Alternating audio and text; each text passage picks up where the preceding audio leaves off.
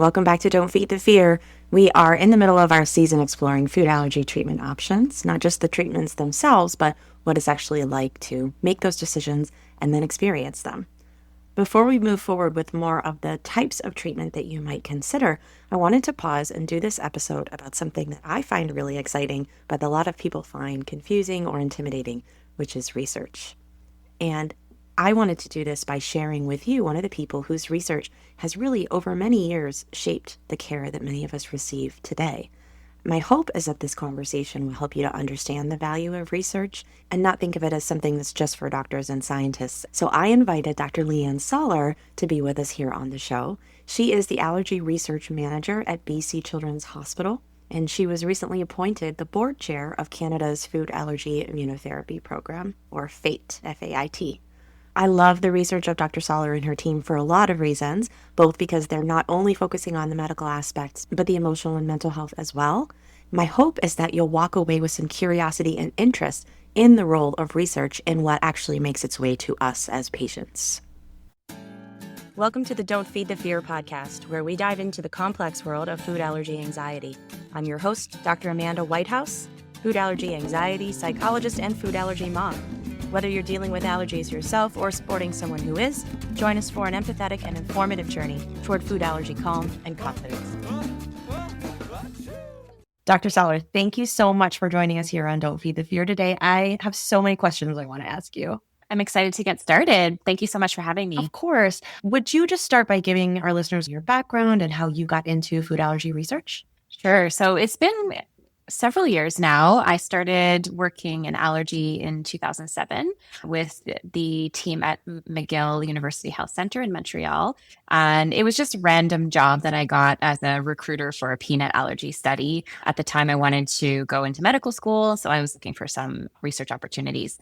And that sort of fast forward to now, I completed a master's and PhD with Dr. Clark at McGill as well, doing a peanut allergy study, a Canada-wide peanut allergy study where we looked at prevalence of food allergies, and I've had various opportunities with different teams over the years in Ireland, which is a paper we'll talk about today, and also working with Dr. Chan in Vancouver, British Columbia since 2016. So I had met him at a conference years before that, and he said, if you ever need a job, just give me a call. So I was looking for a change and moved from the East Coast to the West Coast of Canada, and I've been here in Vancouver ever since 2016. So it's been a long journey, lots of changes and bumps along the road, but it's been a really great time. And I'm so passionate about the topic. Well, I'm glad you're there because you and your team are putting out so much great stuff. Would you tell everybody about your position there? Because it's a little different from a lot of the allergists that I have on the show. Definitely. So I'm the research manager for the allergy department at Children's Hospital in Vancouver, British Columbia, and I manage a team of research staff. So we have assistants, coordinators, as well as nurses, and we just do a variety of different research types, clinical trials, as well as real-world studies where we're looking at different food allergy treatments, as well as prevention, anxiety, quality of life. We do a variety of work, but that's my role as a manager. And I love that you do that because obviously when we talk about research, people are starting to understand that we want these big RCTs, clinical trials, but I think there's so much value in other forms of research too. And one of the first studies I wanted to ask you about was the one that you did with focus groups with parents of kids with food allergies. So would it be okay if we started with that one? And maybe people listening don't know what a focus group is. So maybe you could explain that too. Sure. So a focus group is a group of people that you bring into a room or a virtual room if it's a virtual focus group. And what you're trying to do is gather information from a variety of viewpoints on a specific topic. And it's usually open-ended. It allows people to share their views in a different way than, say, a questionnaire where you would say yes or no. And it really elicits a rich data set because people feed off each other's energy and they get immersed in the topic. They actually report that they, make friends or they feel really comfortable. They enjoy being in that environment because they're finally meeting people that are going through something that's similar to them. So it's a very powerful way of collecting data for researchers. And I think it needs to be utilized more, especially in food allergy. I agree, because I think people think of qualitative research as less than almost, but that's where we elicit the things that we don't know that we're not addressing until we give people the chance. So I totally agree with you. So tell me more about what you found. Yeah, so that study was done quite a number of years ago now, and I would wonder whether some of the data would change just given the different climate that we're living in now. But what we found was we had 7 focus groups. We had 40 parents. The vast majority, as you can imagine, were moms. So out of 40, we had 33 that were moms. And the main finding was that families wanted to have an in-person team of healthcare providers from a variety of backgrounds. So something like an dietitian, a psychologist, an allergist, maybe a nurse, just a variety of different healthcare providers all together that would allow for a more patient-centered care service. And it was, I think, due to the fact that a lot of allergy families find that the care is really fragmented in that they're seeing their GP for the first time, perhaps to get a referral, and then they're seeing an allergist, and then the allergist is giving them information, but it's not enough information, or they want more. They're always seeking more information. They don't have the skills to address their anxiety or their issues with coping. They're not experts in nutrition, so they're not really able to help out with ideas for new recipes or ways to cope with having a child with an allergy. And so that was another piece that we found from that study, was that families are looking for more resources that are vetted by experts, whether that's websites or posters, pamphlets, videos, a variety of resources. Really, all we found was we just want more resources. So it was very interesting. And one thing that I wonder is, since the pandemic, we've really switched our offerings to being more virtual. And so whereas this study found that families would like to have something in person, I do wonder if having something virtual would be a similar way of delivering this healthcare team, but allow for people from across various geographies to attend those sessions, which would be even more powerful for families. Right. And so much more accessible and less expensive. The goals, I think, were to help with reducing anxiety mainly. And that was one of the pieces that we found that came through really all of the questions, was that families were really struggling with anxiety. And though some of them didn't use the term because it was maybe stigmatizing, it was really just felt that having an allergy or having a child with an allergy, there's just so much that is unknown from the perspective of the parent with a newly diagnosed child. And even years later, that anxiety still remains. It changes over time. They know a lot of information later, but then there's new things like going to university or sleepaway camp or jobs where their child isn't really under their wing anymore and is being released into the world, which then adds a whole other level of anxiety for the family, the child, but also the parent, who now has to give that control away to their child. I always say everything I've learned about parenting, but especially food allergy parenting, is just when you think you get the hang of things, it's going to change. And so you have to adjust ongoing. Yes. So a really important point. Similar, but not quite the same concept is the study about quality of life, the one that you did with specifically looking at people with multiple allergies. So let's talk about that one next. Sure.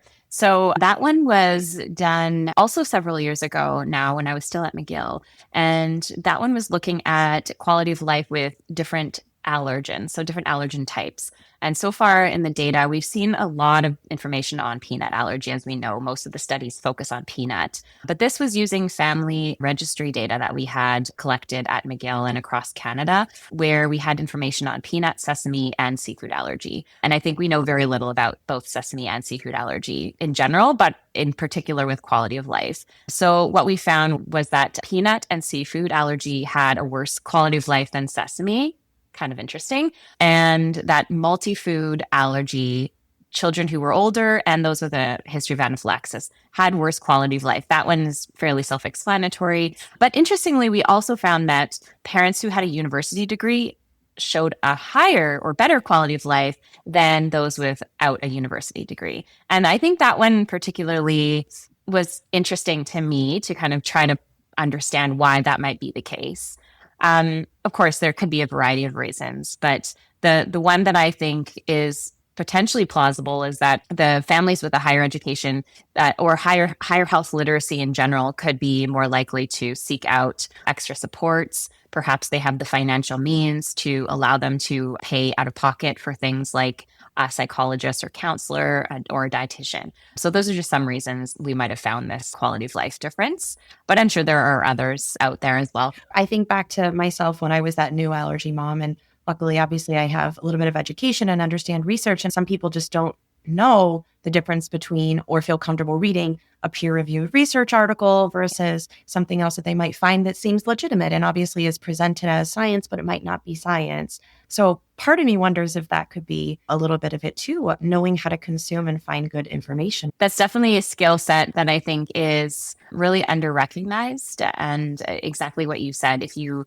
don't know where to look for the credible information, then you're probably going to come across a lot of information that is not credible. And that's the case with our daily life. We find things that are not credible all the time, and it's knowing how to differentiate those things from the credible information. And that's not something that we are taught in school. No, and it's not just that it's hard. In a world where people are getting their health information online, there are people intentionally trying to sell us things by presenting themselves and misrepresenting what they're doing or what they're selling. Yeah.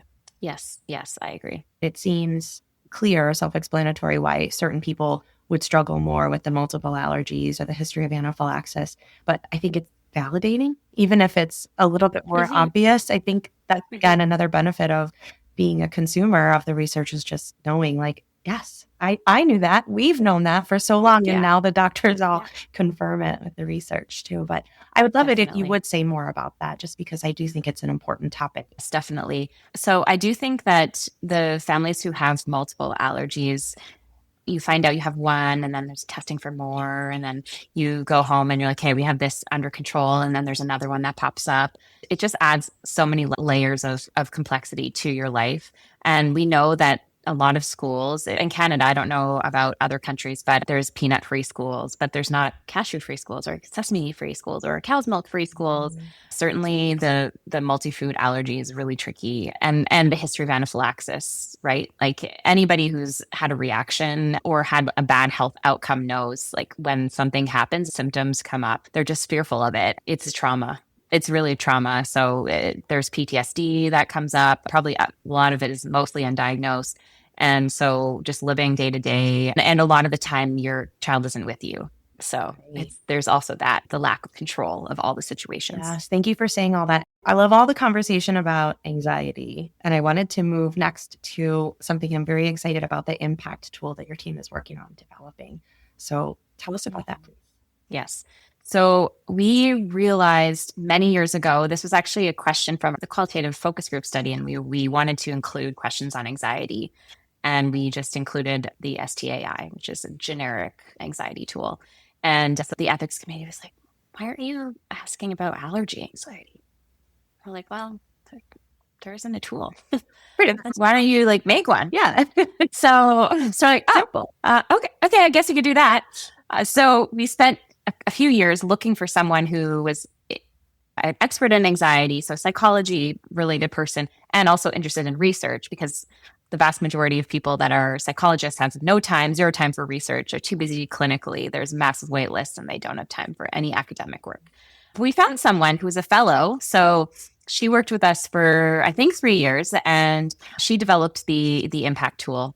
And so it's kind of a funny acronym, but it's basically impairment measure for parent associated anxiety coping tool. Yes. And so it's got the double A going on. So it's impact. So it started off with, I think, close to 50 or 60 questions. And we sent the questionnaire around to members of Food Allergy Canada, which is our large advocacy group here in Canada, as well as some local patients who were at BC Children's Hospital. And they just validated the questions and then ended up with a 28-item tool, which measures 4 subscales. And it's interesting because what we wanted to do was have a short tool that would allow us to measure anxiety. But what we quickly realized was that there's a lot of different facets. And so doing something like a 10-item or a 5-item tool, it didn't feel like it was going to capture really what we thought would be important constructs when it comes to anxiety. And so we ended up with 28 items, which is still in itself a little bit long, but the questions are all on the same scale. So it kind of is easy to get through.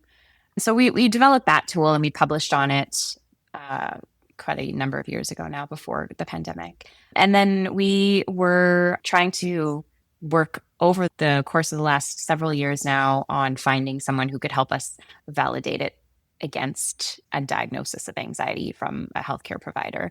And that, with the pandemic and just all the things, we just hadn't had the time to do that or the person to do that. And so we now have somebody who's been working with us over the last 1.5 years, and she's administering that impact questionnaire to her patients, and then also blinded, so she doesn't look at the scores. And then she's also looking at their anxiety when she sees them virtually, and then she's giving them kind of a score on her own as well. So that'll be a great paper to see what those differences are. I'm really excited about that one.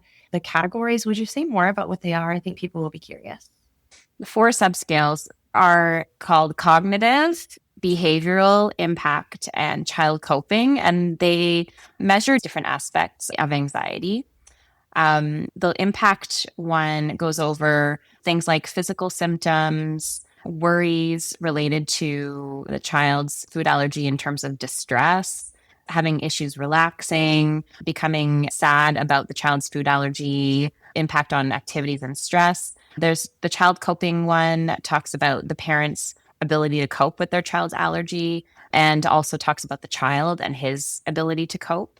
So there's a variety of questions. They're all somewhat different and they all measure somewhat different things. And I think that's why we were wanting to do these different subscales, to see which of the areas in particular, when you're thinking of treatment or focusing CBT or cognitive behavioral therapy or talk therapy on your patients, which area should be focused on. Are all these 4 areas important for that specific family? So it allows the provider to somewhat tailor their approach to the individual family based on where they scored the highest, or if they scored high on all of them. I can see that as a provider being so helpful in terms of all the conversation that it might take to get there versus a quick scale to know for each individual, this one is a challenge, but you're actually doing pretty okay in this area.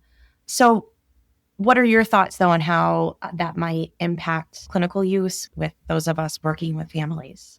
So the idea behind the tool is to act as a screen. So what we're trying to do is understand what the total score is and which area has the highest score. And that will allow the provider to understand kind of at a quick glance, is this family really having a hard time with their anxiety, or is it not an issue? For the allergist in particular, I think that's important, because then they can say, okay, this family is doing great. I don't need to give them resources. Of course, it's great to have resources, but maybe they don't need to push a psychologist on the family. But for those who have a higher degree of anxiety, it could perhaps allow the allergist to advocate for the patient to be seen faster, or they could refer the patient to a community psychologist who might be able to see them faster. So it would just allow the allergist to know a bit better when they see the patient, what are they really getting themselves into, and how much support is the patient going to need. And then also just with the provider, the psychologist, allowing them to tailor their treatment path and see which areas the family might need the most help in. And that will just allow them to have easier conversations with the family. Hopefully the family have an easier buy-in into this process of treatment or help. Right. Because that concrete number on a scale for some people will impact them differently than someone just saying, I'm concerned. As you said, we do this routine screening with everyone, and here's where you fell in relation to other people. The buy-in might be different. That's right. And one of the treatments that as you're mentioning, that's very common and helpful is cognitive behavioral therapy. And that's one of the last things I want to talk about is how you're looking at integrating that into the Thriving Families program. I would just love you to talk all about that, please. We have been working for about 2 years now on a new program offering. So it's interesting because part of the work that we do is we do a lot of nonprofit work and fundraising as part of our research. And we met this mom who at one of our fundraising events, who's a GP, and she's also has training in cognitive behavioral therapy and had been working for quite a number of years at a psychology clinic offering CBT and DBT to her patients, not specifically with food allergy, but just in general. And her son happens to have multiple food allergies. And so she introduced herself to me and to Dr. Chen at this event. And so we started talking with her about potentially offering a program. And so we had been really lucky to get extra physician time in our clinic. And so we invited her to join us 3 days a week. So she's been seeing families as part of this new program, which we've called Thriving Families Program, or TFP. We tried to steer away from any word that said anxiety or stress or quality of life because we wanted to make sure that it was inclusive and that it wasn't stigmatizing, which is why we called it Thriving Families. Because what the goal is to allow families to thrive with their diagnosis and throughout their journey of food allergy. So this program is offered virtually with some in-person sessions depending on needs. And it's for a variety of types of patients, anywhere from a newly diagnosed family who might have a fear of blood testing to a patient who is 17 or 18 years old who's struggling with food allergy treatment. So there's a wide variety of opportunities. She also does this in the context of like individual, youth only, parent only, family, or group. So there's a variety of different offerings as well. And it really just depends on the needs of the family at the time. And she works with each family for as long as they need. It's unlimited because it's a free healthcare system here. And so being part of the clinic, it allows a direct relationship with the allergist and that GP where they can discuss the cases together and she can see all the notes from the past. It really allows seamless integration into our allergy program, which I think is quite unique in Canada, at least. Yeah, that's amazing. I hope that will happen more, obviously, with a different structure here. Mm-hmm. So let's move into another thing that can hopefully help people with allergy, anxiety, and their quality of life as well, which is immunotherapy options that we have now. Let's start with oral immunotherapy and talk about what we're seeing with that on quality of life and anxiety. We've kind of hit a really good groove now in that the OIT in preschoolers is like the best option for that age group. And it has a massive impact on quality of life and anxiety. And so I think it's the combination of the treatment and the age where you can intervene early enough that the child isn't growing up with an allergy and the fears that become ingrained in that child, as well as preventing the long-term impact of quality of life and anxiety on the family. We've been doing immunotherapy, real world OIT since 2017. And what we found is that if you intervene early, that the child really doesn't even grow up knowing that they had an allergy. Like they don't even realize it. They don't have that aversion to the food. So they're less likely to refuse to eat the food, which they need to keep doing in order to maintain their desensitization. And the parents don't have to worry about all these life transitions, which we already talked about, where they're having to hand their kid off to summer camp or a job or a university, and they're worried their child's going to have anaphylaxis outside of their protective bubble. It's really life-changing. And I think that the data perhaps were mixed in the past because the OIT was being done in older kids and adults, and it was not being done in this age group because there's this fear of not being able to recognize anaphylaxis in small children, which I believe you had 2 episodes about on your podcast recently, and those are wonderful. Yes, the amazing Dr. Fissner, yeah. Those are great episodes. But yes, I think the quality of life issue and anxiety issue is something that we can really address early, and we can prevent all these long-term consequences if we just intervene as early as possible with OIT. Yeah. So then, of course, that leads all of us who don't have preschoolers to go, oh, what about, Yeah, so we've been collecting data on that for quite some time. We haven't published it yet. So that will be something that we'll be doing hopefully in the next year or two. Okay. We're just waiting to gather enough sample size to be able to show something that might be helpful to families. But yes, I anticipate it'll be similar, that really any treatment, as long as it's safe, and the child is not reacting all the time, that there will be an impact on quality of life and anxiety. Yeah, I always think and just suspect from my experience and my clients that the initial investment of time and energy and stress is higher when the kids are older, as you described. But I think over time, that really is worth it in the long haul. Yes, I agree. And the dropout rates for OIT in preschool are quite low. We are not seeing a representative sample of whole population with allergy, but every patient in our clinic is offered some sort of treatment. So it's not like we're cherry picking those who we think are going to benefit the most so that our data looks good. Yeah. Everybody is being offered. And so we're finding over time that maybe initially the doctors were choosing patients who it would be easier to do treatment on because they were motivated. But over the years, it's been a more come one, come all to the program. And so we've definitely seen some changes in terms of the data and what we're finding with patient dropouts and with adherence. And it's changing over time. Yeah, I'm going to jump out of order because that makes me think of something else I wanted to ask you about is your other role working across Canada with providers. And I know here in the States, we don't have enough people offering this. People are really struggling to find them. So I was just wondering if you could comment on that piece of your work and what the status of things are in Canada for finding immunotherapy providers. Sure. Yeah, definitely. So I am the scientific director for a foundation called the Canadian Food Allergy Immunotherapy Foundation. And part of that is, funding, but also research and advocacy to increase access to food allergy treatment across the country. And we're starting with doing that locally in Vancouver, in British Columbia. But the goal, and we're starting to now go national. We have a committee of allergists and healthcare providers across Canada who are doing this great work with us, collecting information on their patients who are receiving treatment. But as part of this foundation, one of the programs that we delivered for the first time in 2025 was a symposium where we actually brought together allergists from our local Vancouver area to learn about immunotherapy and learn about how to do immunotherapy. We had local speakers from Vancouver from our BC Children's site.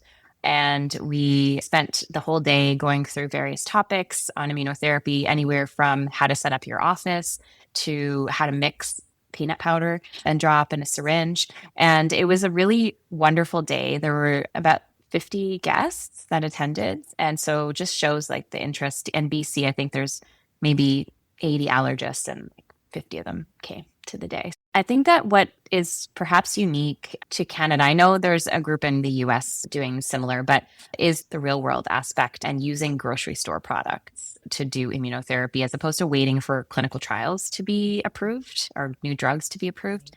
It allows for families from a variety of different backgrounds to access treatment. It is very inexpensive. And for the Canadian context where everything is, quote unquote free, right. People don't want to pay thousands of dollars for drops from a pharmacy. They really want to be able to get something free.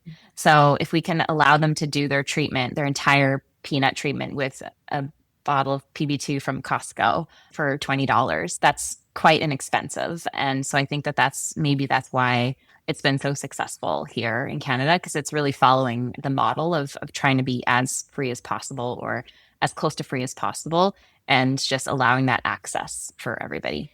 One last thing I want to touch on, SLIT, which is sublingual immunotherapy. Just for the audience, before we dive in, I want to clarify in case they don't remember. It can be done with pharmacy mixed drops and extracts. Like maybe not always, but generally speaking, food-based drops are another option. So let's talk about your research on SLIT. This is my favorite article of yours because I'm so on board with this mindset and helping people with the anxiety aspect of treatment. So I think SLIT is, I'm biased, but I think it's the best. I totally agree. This is really because it's super safe. Like nobody has reactions or their reactions are very minimal. It can be done in any age and it can be done very easily and cheaply, which we've already talked about. When we first started our program for OIT in 2016, we were looking at the Vickery study on early peanut OIT. It was not a lot of patients. There were like 40 patients in the study, but it showed great safety and great effectiveness of a low dose OIT or 300 milligrams. And that kind of got us going into that foray of peanut OIT for preschoolers. And then over the years, we kind of, well, maybe like cashew, like we have to do something about the cashew allergy. So we started to offer OIT to other foods. And then when Ed Kim's paper on SLIT was published that showed better than we thought effectiveness, we were like, oh, well, what if we did SLIT for older kids? Because we were just about to start offering OIT to older kids. And this was before COVID, right before the pandemic hit. And so we were planning out a clinic in person, and we were going to hire a nurse. We were going to have OIT for older kids.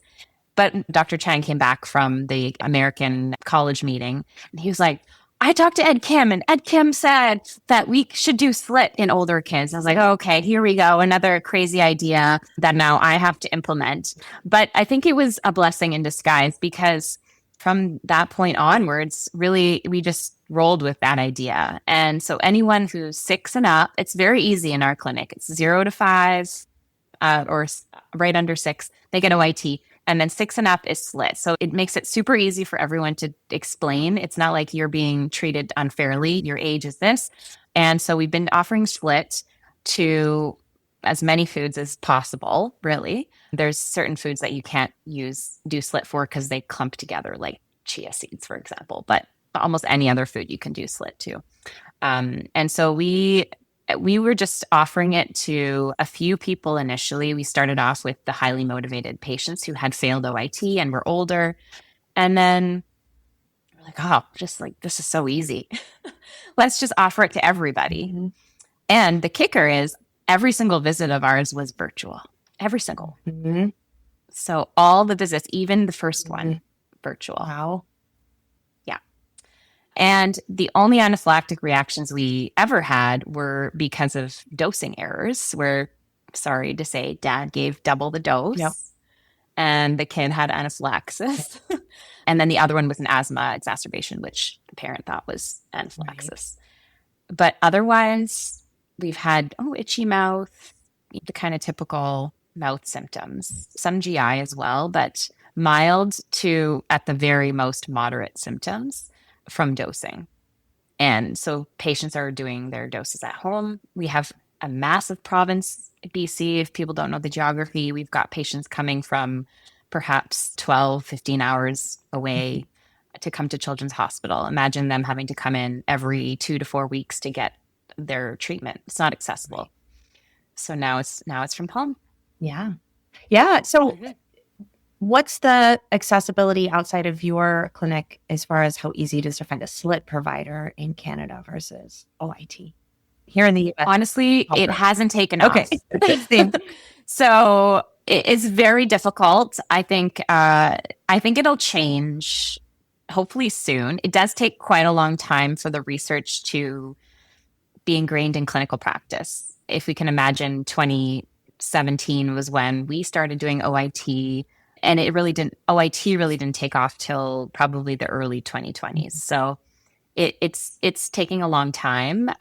But I do think that it's starting to shift. And especially with the symposium that we offered in the fall as part of the foundation, that really opened people's eyes to how easy SLIT is. And that perhaps if they don't want to do OIT, they should still probably do SLIT. Because I think they thought they had to do both, or that they should do OIT and not SLIT. If a provider is worried about the safety issues and the resource utilization and just how many patient questions they're going to be getting, the SLIT is way easier. So that would be kind of my recommendation of, if you want to start with SLIT. Yeah, I agree. And I wish it was more accessible, because I want to tell all of the families that I'm struggling with the anxiety, it's the Goldilocks of, you don't have to have the scary part of OIT, but you get the relief from that anxiety that you have about the allergen. And then you have multiple pathways from there if you want to move forward or stick with it. It's hopefully going to catch on here too. Initially, when we started SLIT, families were asking, I'm going to have to be on SLIT for so long. It's going to take forever. Am I ever going to be able to eat the food? And so we decided that we were going to do 2 years of SLIT, and then we were going to just see if they could tolerate the OIT maintenance dose of 300 milligrams. We'll do it in clinic as a food challenge. So if there's a reaction, it can be controlled, and there's a co-team or ED if needed. And that actually went extremely well. Dr. Kim's paper was 3 to 5 years on SLIT before they did the 5,000 milligram challenge. So he didn't do a low dose challenge, but we wanted to get these kids onto the real food so that especially those who are in high school or going to university can just take a peanut a day, or they don't have to do their mixture. So we wanted to make it easier for families. And so we did find about 80% of the kids were able to switch from SLIT to OIT without reacting. And those who did reacted at the last dose, and typically with mild symptoms. So what we would do instead of reverting back to SLIT was we would just start them on OIT at a lower dose and then tell them to build up to maintenance. So it really just allowed for much smoother sailing through the protocol. They did SLIT, they didn't react, and then they had their OIT low dose challenge, and saved a lot of time as well for the physician. So it was a really interesting way of doing it. Absolutely. Hopefully it'll keep growing, because I think that's going to be really, really helpful for the community. Let's wrap up by just talking about what else should we keep an eye out for. Yeah. So one of the things that we really are excited about right now is looking at long-term adherence data and long-term anxiety data. So we know that with preschoolers that, OIT is pretty good. It's safe. It's effective. Most patients are not dropping off. But what happens when they finish their OIT, when they've done their exit challenge and they're not being followed regularly anymore? Are they still adherent to their food? Are they eating it regularly? So we're starting to look at that data. So I'm actually quite excited to see that, because I anticipate that the long-term data isn't as good as we think it's going to be. And that will then bring up another area of research where we need to figure out how we're going to keep these kids on long-term. So that's one area that I think is going to be really important. And then the other one is the data that we're collecting. So we've been collecting data from across Canada for many years now, and our database is quite large, like in the thousands. So we're really excited to publish on a larger data set, looking at different age groups, looking at different treatments, virtual versus in person, to really see and be able to understand what are the differences with the different protocol options that are offered across the country. So that's a really exciting project as well that I'm excited about. So much. What's the best way for people to follow the work that you're doing? It's hard for some of us who don't have journal access and so forth to keep up to date. For sure. So we have a website. It is faitprogram.org. We also have Facebook and Instagram, although I'm the administrator and I have very little time to update Facebook and Instagram. So that one is really just when we publish papers, occasionally we'll publish those on those sites. But the website is really where we have our most up-to-date research. We've got our publications. We have current research, how people can get involved. And things about our team. Yeah. Wonderful. That's a great place to find us. Thank you. I appreciate you being here. There's so much more we could have covered, but thank you for taking the time to do all of those with us. I appreciate that. Thank you so much. I hope today's conversation has helped you see that research can be really interesting and has helped you to expand your thinking beyond just what treatment options might be available to me or what might we be eligible for, and think about the bigger picture of treatment and how it impacts people. After today's conversation, here are 3 action steps that you can take if you want to follow up. First, take a moment to follow FATE, CanadianFateFoundation.org, the group that is funding research, training, and access to oral immunotherapy and sublingual immunotherapy in Canada. If you're in the area and you're curious about BC Children's Hospital's allergy programs, you can find them at bcchildrens.ca. And finally, if you're looking for a resource that will support you through all of these emotional and practical aspects of treatment decisions, I would invite you to check out my new book, From Fear to Freedom, a workbook for navigating allergy immunotherapy. It brings together expert medical perspectives, patient stories, psychological point of view, and practical activities and exercises to help the whole family navigate treatment decisions and then follow through with greater confidence and self-compassion. Thank you so much to my guest, Dr. Soller. Thank you to those of you listening, helping the show continue to grow by sharing episodes and leaving ratings or reviews for the show wherever you listen. Until we talk again, remember, don't feed the fear. The content of this podcast is for informational and educational purposes only and is not a substitute for professional medical or mental health advice, diagnosis, or treatment. If you have any questions about your own medical experience or mental health needs, please consult a professional. I'm Dr. Amanda Whitehouse. Thanks for joining me. And until we chat again, remember, don't feed the fear.